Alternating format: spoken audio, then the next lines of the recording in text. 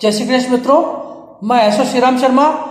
आज हम बात करने जा रहे हैं अधिक मास, मल मास, पुरुषोत्तम मास। ये तीन नाम एक ही है। इसको अधिक मास क्यों कहा जाता है कि सूर्य 365 दिन चलता है तथा चंद्रमा 354 यानी 354 दिन। तो ये 11 दिन का डिफरेंस एक साल में रहने पर 3 साल के बाद ये अधिक मास आता है, यानी 33 डेज का 3 साल में एक बार एक मल मास आता है। पहले इसको मल मास कहा जाता था। मल मास इसलिए कहा जाता है कि इस महीने में विवाह, मुंडन संस्कार तथा कुआं बाड़ी का निर्माण, गृह निर्माण, सड़क बनाना इत्यादि, ये नया आभूषण खरीदी करना, सोना चांदी डायमंड हीरे जवाहरात, ये खरीदी करने से इसमें मलिनता आ जाती है। इसलिए मलिनता नहीं रहने पर ये इस महीने में कोई भी आप शुभ काम नहीं कर सकते हैं। केवल और केवल भगवान का स्मरण करना। तब ये मल मास पहले होता था।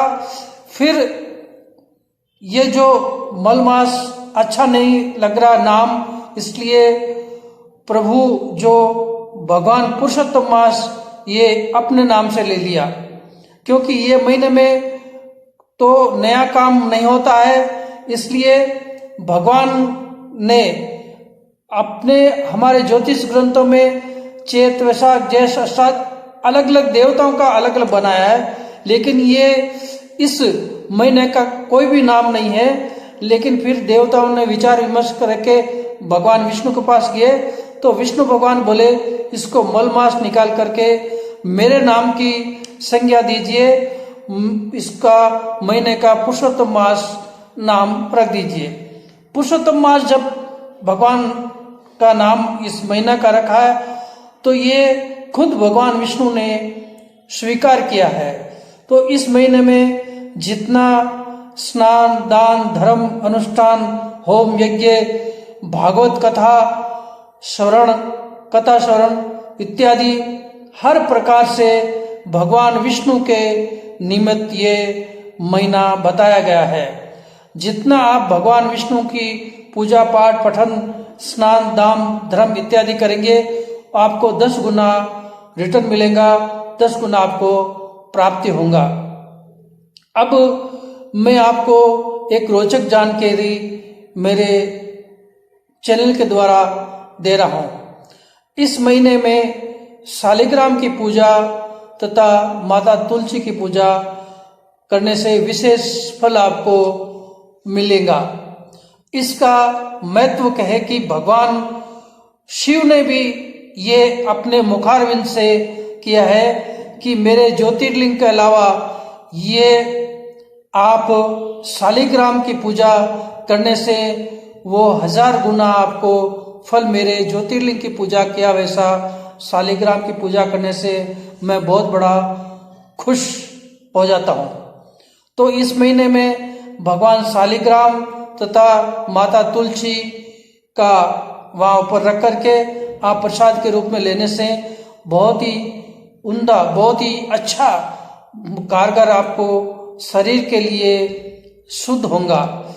अब इस पुरुषोत्तम मास में बैलेंस बनाने के लिए अपना शरीर पंचतत्व है, पंचतत्व का बैलेंस करने के लिए, बैलेंस बढ़ाने के लिए, एनर्जी रखने के लिए इस मास में जितना आप यात्रा भ्रमण करेंगे, जितनी पाठ पूजा करेंगे, भागवत कथा करेंगे, अनुष्ठान करेंगे, होम यज्ञ करेंगे तो आपको 10 गुना आपको फायदा मिलेगा। और बॉडी एनर्जी के लिए ये महीना बहुत ही कारगर सिद्ध होगा। ये महीना 18 सितंबर 2020 से 16 अक्टूबर 2020 ये 160 साल 160 ईयर्स बाद ये संयोग आया है कि ये बहुत ही बड़ा दान धर्म करने के लिए बहुत अच्छा महीना है। इसके बाद 2039 के बाद ये योग आएगा। ऐसा योग कभी नहीं आया है, 160 साल बाद आएगा। तो ये 2039 में ये दूसरा योग अच्छा होगा। ये 160 बाद 160 ईयर्स के बाद ये योग अपना ज्योतिष ग्रंथों में आया है। अब मैं आपको इसका और भी विस्तार पूर्वक बताने जा रहा हूं। इस महीने में आप जितनी पाठ पूजा करने के अलावा दूसरा भी आप वंश वृद्धि का है या पुष्पवंश संस्कार है, ये इत्यादि आप कर सकते हैं। और इस महीने में आपको जितना कर्जा उतारना है या कमिटमेंट करना है और विवाह की तारीख आप तय कर सकते हैं, लेकिन इस महीने में विवाह नहीं किया जा सकता है। ये हमारे कई ज्योतिष ग्रंथों में कई सदियों से चला आ रहा है, यानी मल मास मलिनता देता है। आप जितना पाठ पूजा नियम धर्म करेंगे उतना आपको एनर्जी प्राप्त करेगा।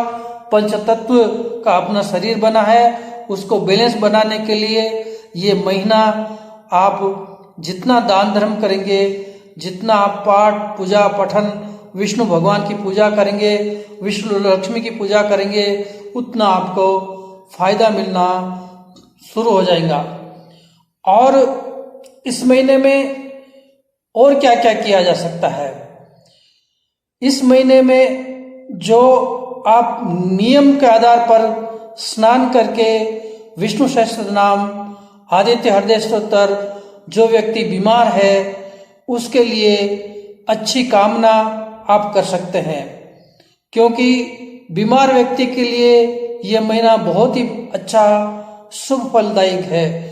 जो आप विष्णु का ध्यान करेंगे, विष्णु सहस्त्र नाम पढ़ेंगे, आदित्य हृदय स्तोत्र का पाठ करेंगे तथा महामृत्युंजय का पाठ करने पर यह महीना बहुत ही शुभ फलदायक है। इस महीने में भगवान शिव भी बहुत खुश होते हैं, क्योंकि इसको विष्णु भगवान का पुरुषोत्तम मास दिया गया है। पुरुषोत्तम मास 3 साल में एक बार आता है। ये 3 साल का इंतजार करने पर दान धर्म के लिए तिथियां तो रहेंगी, लेकिन जो है भगवान विष्णु का ही ये पुरुषोत्तम मास है। इसका पुरुषोत्तम मास बागडोर ये भगवान विष्णु ने संभाल रखी है, इसलिए इसको पुरुषोत्तम मास कहा जाता है।